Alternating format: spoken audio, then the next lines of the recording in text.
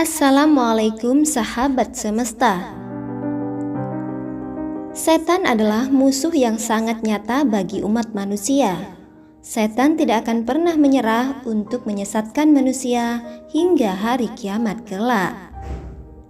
Terdapat banyak cara yang dilakukan agar manusia bisa tersesat di jalan yang salah.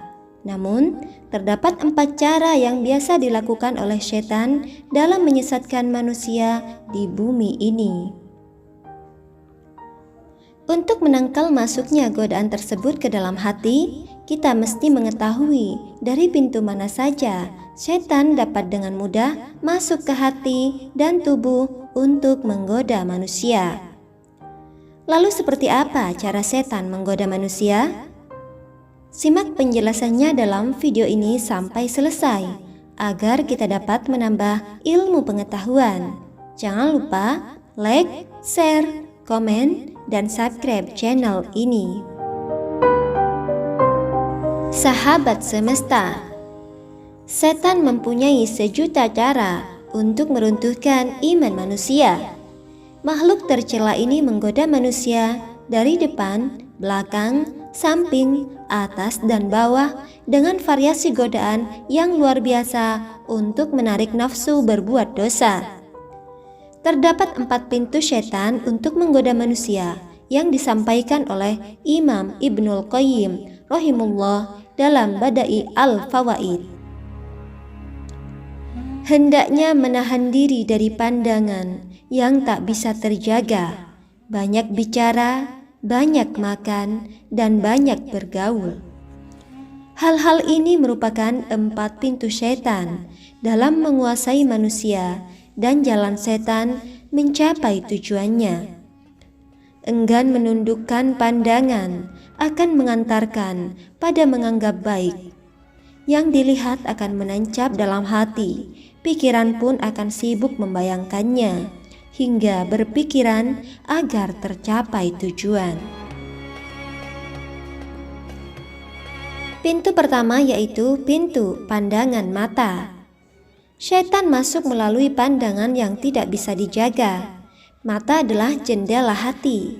Jika ia digunakan untuk melihat kemaksiatan, maka perlahan-lahan hati seseorang akan dipenuhi dosa, penuh dengan penyakit hati yang dapat berpengaruh pada pola pikir dan tingkah laku manusia.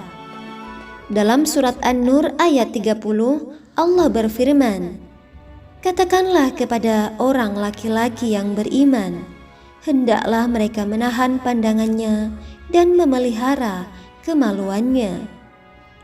Demikian juga Allah telah memerintahkan kepada perempuan untuk menundukkan pandangan. Dalam surat An-Nur ayat 31, katakanlah kepada wanita yang beriman, hendaklah mereka menahan pandangannya dan kemaluannya. Pintu kedua yaitu banyak bicara. Setan masuk melalui perkataan yang tidak bisa dijaga, yaitu banyak bicara. Karena semakin banyak bicara, maka semakin besar kemungkinan ia terperosok dalam kesalahan yang berakibat dosa.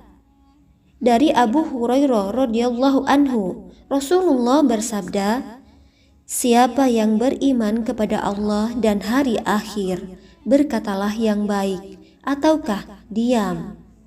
Hadis riwayat Bukhari dan Muslim. Pada hadis yang lain, Rasulullah bersabda, "Tidaklah manusia tersungkur di neraka, di atas wajah atau di atas hidung mereka, melainkan dengan sebab lisan mereka." Hadis riwayat At-Tirmidzi dan Ibnu Majah. Pintu ketiga yaitu banyak makan. Setan senang menggoda manusia yang banyak makan. Perut yang dipenuhi makanan disebutkan sebagai tempat paling buruk di dalam tubuh manusia. Dari Al-Miqdam bin Ma'di Karib radhiyallahu anhu, ia berkata bahwa ia mendengar Rasulullah bersabda, "Tidak ada tempat yang lebih jelek daripada memenuhi perut keturunan Adam. Cukup keturunan Adam mengonsumsi yang dapat menegakkan tulangnya. Kalau memang menjadi suatu keharusan untuk diisi, maka sepertiga untuk makannya, sepertiga untuk minumnya, dan sepertiga untuk nafasnya. Hadis riwayat Ahmad, Tirmidzi, dan Ibnu Majah. Sebaliknya, kebaikan akan didapat dari orang-orang yang perutnya tidak dipenuhi banyak makanan. Orang-orang yang senang berpuasa akan terlatih jiwanya untuk selalu berada dalam ketaatan kepada Allah Subhanahu wa Ta'ala. Wallahu a'lam bishawab. Semoga Allah senantiasa membimbing dan melindungi kita agar terhindar dari godaan syaitan. Wassalamualaikum warahmatullahi wabarakatuh.